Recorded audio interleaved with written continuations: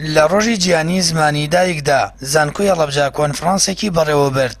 تێیدا ژمارەیەک لە مامۆستایانی زانکۆکە و شارەزانی بواری زمان گفتوگۆیان لەبارەی هۆکارەکان و بنەماکانی پاراستنی زمانی کوردی کرد و ئەو مەترسیانیان خستە ڕوو کە ڕوبەڕووی بووەتەوە. هۆشداریشیاندا لە پێویستی پاراستنی زمانی کوردی بە تایبەت کە چەند هۆکارێک زمانەکە بەرەو پووکانەوە و لەناو چوون دەبن.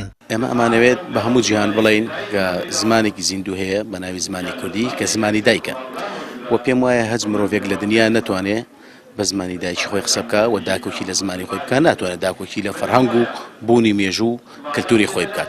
ئەمە یەکێکی خاڵێکی جەوهەریە.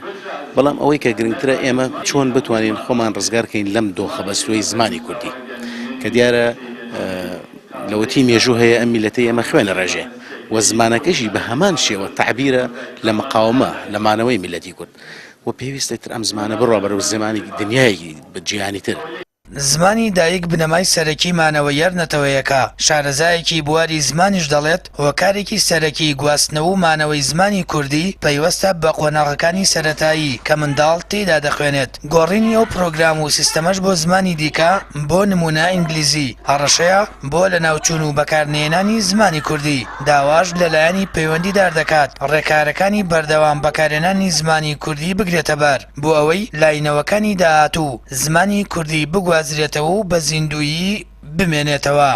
بڕیاردانی خوێندن بە زمانی ئینگلیزی بە تەواوەتی ئەو هەوڵانی ئێمەی پوچ هەڵکردوتەوە، چونکە مناڵێک ناتوانێت لە ڕێگای زمانەوە لە ڕێگای داتەکانی زمان و زانیارەکانی بۆ گوێزرێتەوە ئەگەر بە زمانێکی تر بە زمانی بیانی ئەم زانیارەکانی پێوەست بە زانست و هەموو زانستەکانی تر پێ بدەیت لە ڕووی کۆمەڵایەتیەوە لە ڕووی تەنان خودی زانستیشەوە پێشکەوتنی تەواوی نابێت، بێتکردنەوەیکی کوردانی نابێت بۆ قۆناغەکە. کە ئەڵین زمان بە پێی سەرچاوە ئاینەکان زمان واتە بوونی شتەکانە. خۆی گەورە لە تەورات و لە ئینجیل و لە قورئانە فەرمێ من بە قسەیە گەردوون و جیهانم دروست کرد.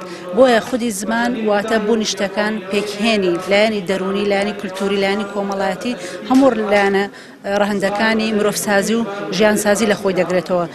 لە ساڵی 1999 ڕێکخراوی یونسکۆ ڕۆژی 21 شوباتی هەموو ساڵێکی وەک ڕۆژی زمانی دایک دەستنیشان کرد. دواتر ڕێکخراوی نەتەوە یەکگرتووەکانیش لە ساڵی 2010 بۆ پاڵپشتی هۆشیاری و ڕۆشنبیری پاراستنی زمان هەمان ڕۆژی وەک ڕۆژێکی جیهانی بۆ زمانی دایک دیاری کرد. سامان فەتاح، کەناڵی ئاسمانی پەیام، هەڵەبجە.